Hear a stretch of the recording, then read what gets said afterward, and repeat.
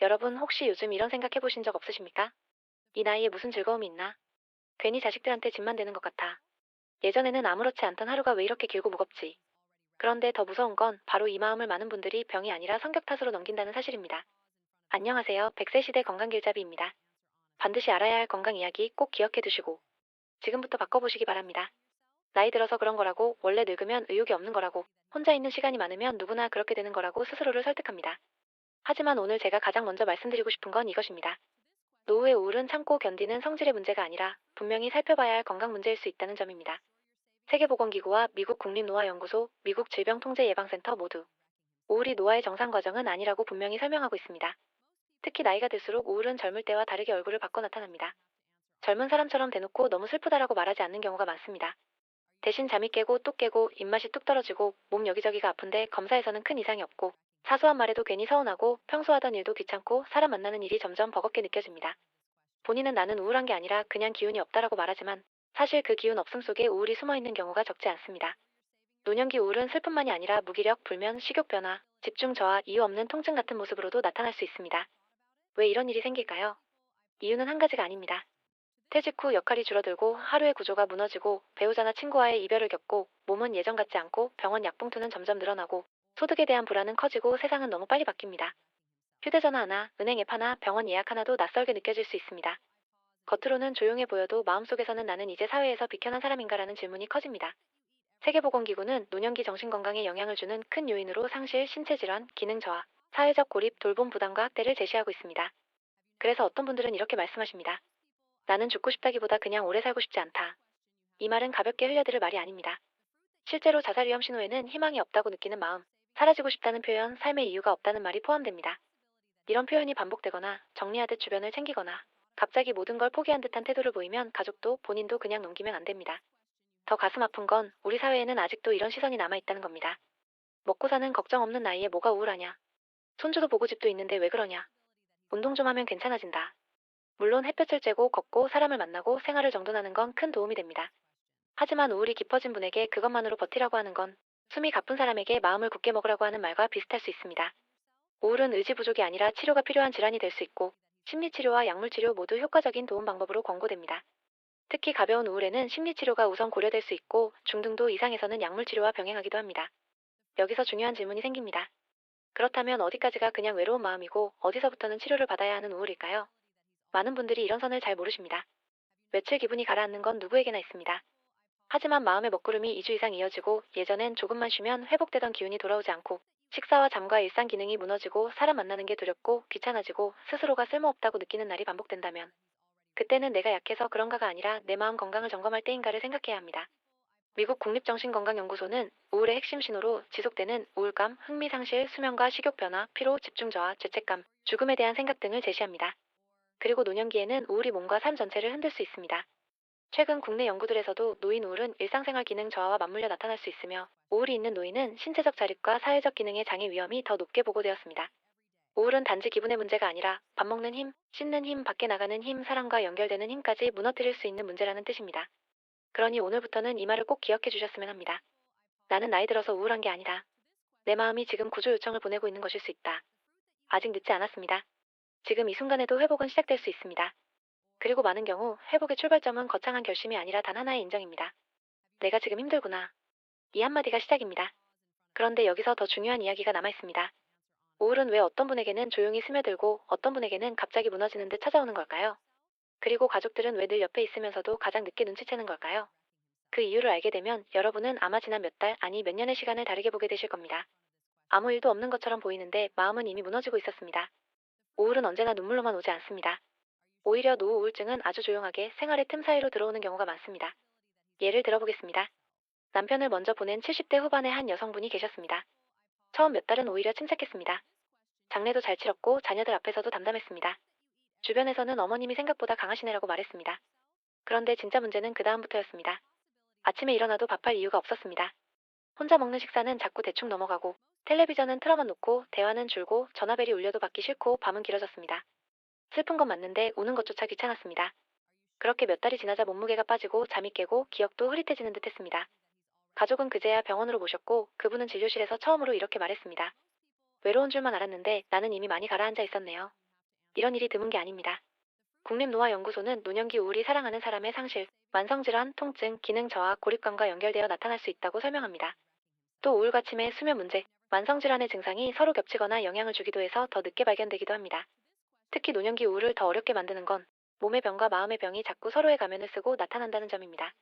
무릎이 아파서 못 나가고 못 나가니 사람을 안 만나고 안 만나니 기운이 떨어지고 기운이 떨어지니 더 움직이기 싫고 그러니 수면도 흐트러지고 낮밤이 바뀌고 식사도 엉키고 결국 우울이 깊어집니다. 반대로 우울이 먼저 시작되면 몸 통증이 더 크게 느껴지고 피로가 심해지고 약 챙기는 일도 버거워질 수 있습니다. 그래서 노후 우울은 정신과 마음의 문제로만 떼어놓고 볼 수 없습니다. 몸, 생활, 관계, 경제, 역할의 변화가 한꺼번에 얽혀 있는 경우가 많습니다. 또 한 가지 가족들이 가장 자주 놓치는 장면이 있습니다. 바로 예전에 그 사람 같지 않다는 변화입니다.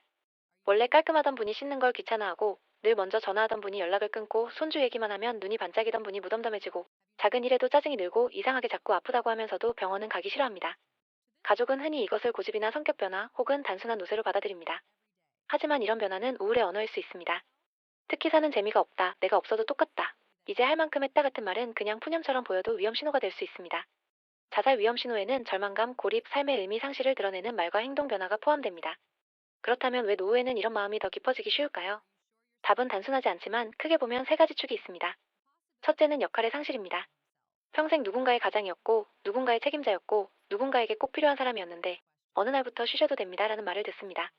겉으로는 편해 보여도 마음은 나는 이제 어떤 사람인가라는 질문 앞에 서게 됩니다. 퇴직은 시간의 여유를 주기도 하지만 동시에 존재감의 흔들림을 만들기도 합니다. 둘째는 관계의 축소입니다. 친구를 자주 못 만나고 배우자를 먼저 떠나보내고 자녀는 바쁘고 손주와는 세대 차이가 있습니다. 집안은 조용한데 마음은 더 시끄럽습니다. 세계보건기구는 사회적 고립과 외로움을 노년기 정신건강의 중요한 위험 요인으로 설명합니다. 셋째는 몸의 변화와 미래 불안입니다. 전에는 며칠 쉬면 회복되던 피로가 오래가고 병원 일정은 늘고 기억력은 예전 같지 않고 돈 걱정과 돌봄 걱정이 생깁니다. 몸이 약해질수록 마음도 약해지는 게 아니라 몸이 약해질 때 마음을 지탱하던 일상 구조까지 흔들리기 때문에 우울이 틈을 타는 겁니다. 이 대목에서 많은 분들이 이렇게 말씀하십니다. 그래도 나는 남들보다 괜찮은 편이야. 그런데 우울은 비교로 판단하는 게 아닙니다. 집이 있어도 올 수 있고 자녀가 있어도 올 수 있고 경제적으로 아주 어렵지 않아도 올 수 있습니다. 마음의 병은 바깥 조건만으로 설명되지 않습니다. 오히려 나는 힘들면 안 된다라고 참고 참는 분들일수록 더 늦게 발견되기도 합니다. 실제로 우리나라 지역사회건강조사에서도 우울감 경험과 정신건강 지표는 꾸준히 공중보건의 중요한 관리 대상입니다. 보건복지부도 노인 맞춤 돌봄 서비스 안에 우울 예방, 개별 상담, 프로그램 연계를 포함하고 있습니다. 즉, 이 문제는 개인의 약함이 아니라 사회가 함께 관리해야 하는 건강 문제로 보고 있다는 뜻입니다. 그럼 희망은 어디에 있을까요? 희망은 생각보다 가까운 곳에 있습니다. 노후 우울은 치료와 연결될수록 좋아질 가능성이 분명히 있습니다. 상담 치료, 약물 치료, 수면과 생활 리듬 조정, 사회적 연결 회복, 만성질환 관리가 함께 이루어질 때 많은 분들이 내가 다시 예전의 나로 조금씩 돌아온다는 느낌을 말합니다.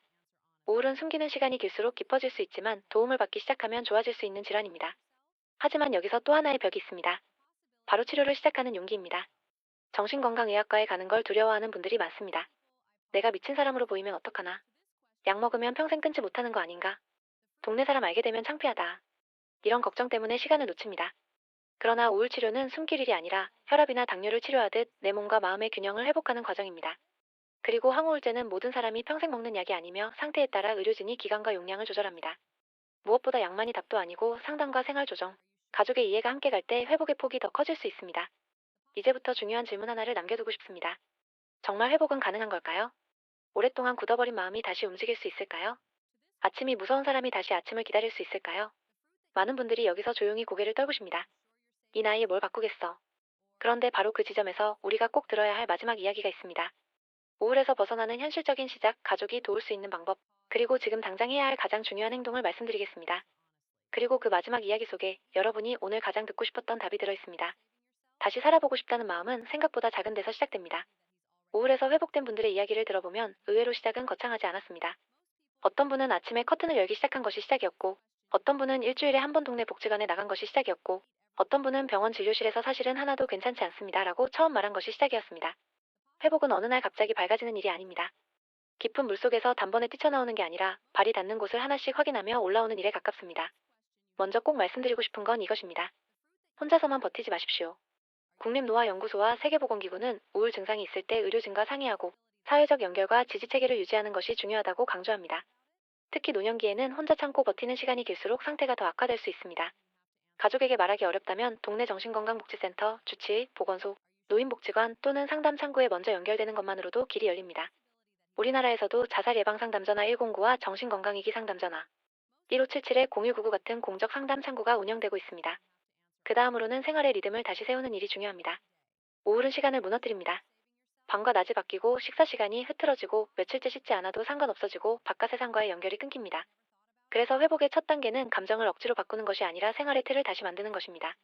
같은 시간에 일어나기, 햇빛 보기, 간단히라도 씻기, 한 끼를 정해진 시간에 먹기, 짧게라도 밖에 나가기, 잠들기 전 화면 자극 줄이기. 이런 일들은 너무 사소해 보여도 실제로 우울 회복의 바닥을 받쳐주는 행동입니다. 수면과 일상 리듬의 회복은 우울 관리에서 중요하게 다뤄집니다. 여기서 가족의 역할도 매우 중요합니다. 가족이 가장 많이 하는 실수가 있습니다. 바로 해결책부터 말하는 겁니다. 생각을 좋게 하세요. 운동하면 괜찮아져요. 손주 생각해서라도 정신 차리셔야죠. 물론 다 사랑해서 하는 말입니다. 그러나 우울한 사람에게는 이런 말이 오히려 더 큰 죄책감으로 들릴 수 있습니다. 나는 왜 그것도 못하지? 하고 스스로를 더 몰아붙이게 되기 때문입니다.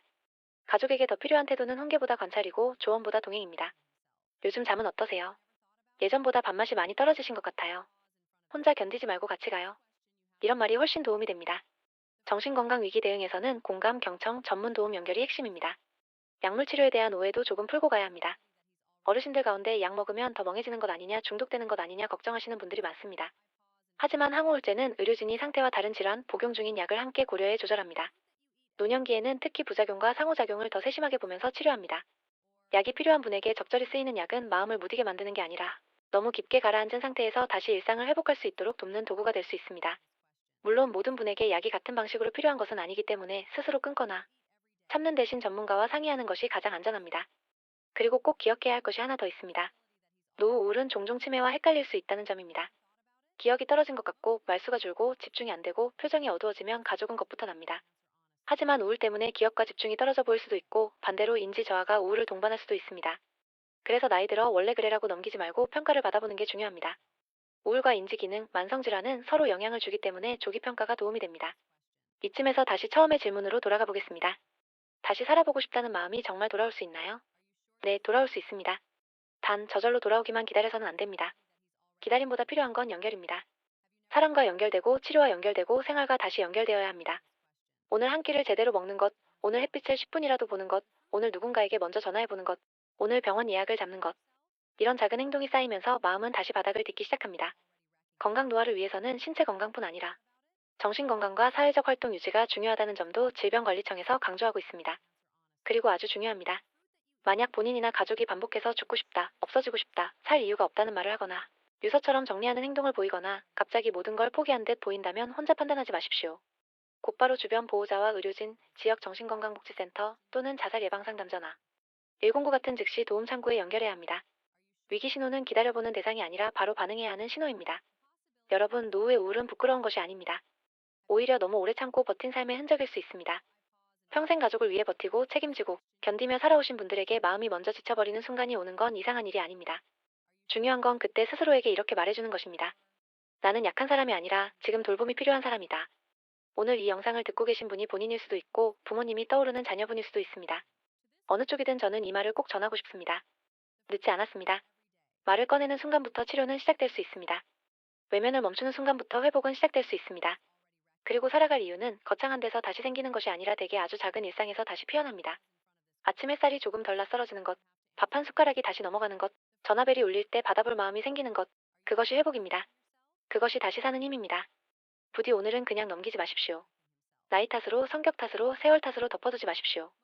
노후의 우울은 숨기면 깊어질 수 있지만 말하면 길이 생깁니다. 그리고 여러분이 그 길 위에 다시 서는 일 충분히 가능합니다. 여러분의 남은 인생은 견디기만 하는 시간이 아니라 다시 따뜻해질 수 있는 시간입니다. 그 시작을 오늘로 삼으셨으면 좋겠습니다. 도움이 되셨다면 주변의 부모님, 형제, 친구와 꼭 함께 나눠주십시오. 말 한마디가 연결 한 번이 누군가의 내일을 바꿀 수 있습니다. 100세 시대 건강길잡이였습니다.